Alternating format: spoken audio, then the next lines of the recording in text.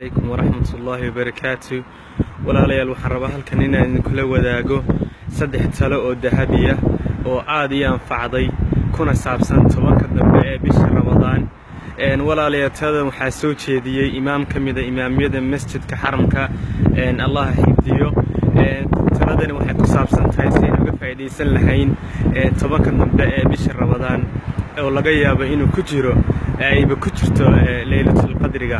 walaalayal waxaan rabaa inaan talada koowaad in la wadaago.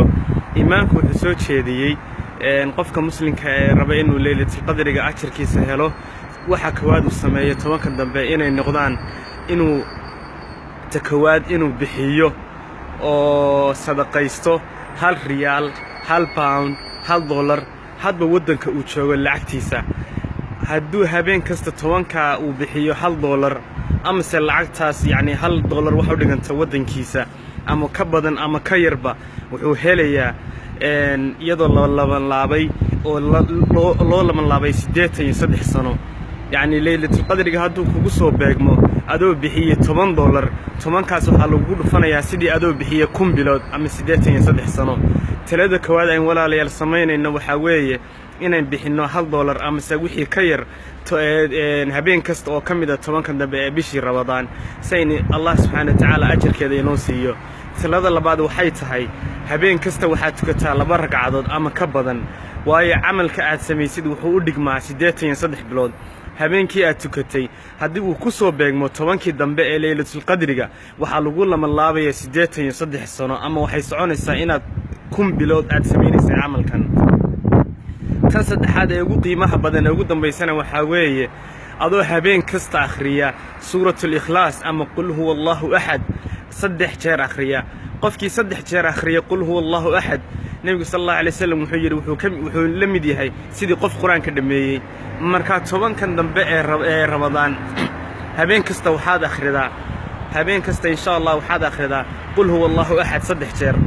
habeenkaasi hadduu ku soo beegmo Laylatul Qadriga waxay u dhigantaa adoo 10 bilood ama 83 sano quraanka dhameeyay oo habeen kasta quraanka dhameeyay. marka ajirkeeda bal ka waran yani qofkii 3 jeer qul huwallahu akhriya habeenka Laylatul Qadriga waxa loo qorayaa sidii inuu quraanka dhameeyay 10 bilood ama 83 sano. waa ajir aan la soo koobi karin. talada ugu dambeysay imaamku bixiyay waxay ahayd fariintan insha Allah dadka kale gaarsii siina gudbi lacalla waxa laga yaabaa qof inuu sameeyo aakhirana aad ku aragtid khasnadaada xasanaadka iyo ajirka aad ku aragtid. marka yani walaalayal aan ka faa'iideysano amal kasta sameeysid 10 jeer ayaa la laabaya. sadaqada bixi ragcad iska tuko maxay ahayd quraanka akhri. marka walaalayal waxa leedinku lama laabaya 10 bilood ama 83 sano. waa habeen aad u fadli badan waa habeenkii Allah subhanahu wa ta'ala quraanka soo dejiyay waa habeenkii wax la qadrin jiray sanadka dambe wixii dhacay qofkii noolaanaya qofkii wax dhimanaya. waa habeenkii nabiga sallallahu alayhi wasallam inagu yiri waxaad yani aad ku ducaysataan Allahumma innaka afuwun tuhibbul afwa fa'fu anna.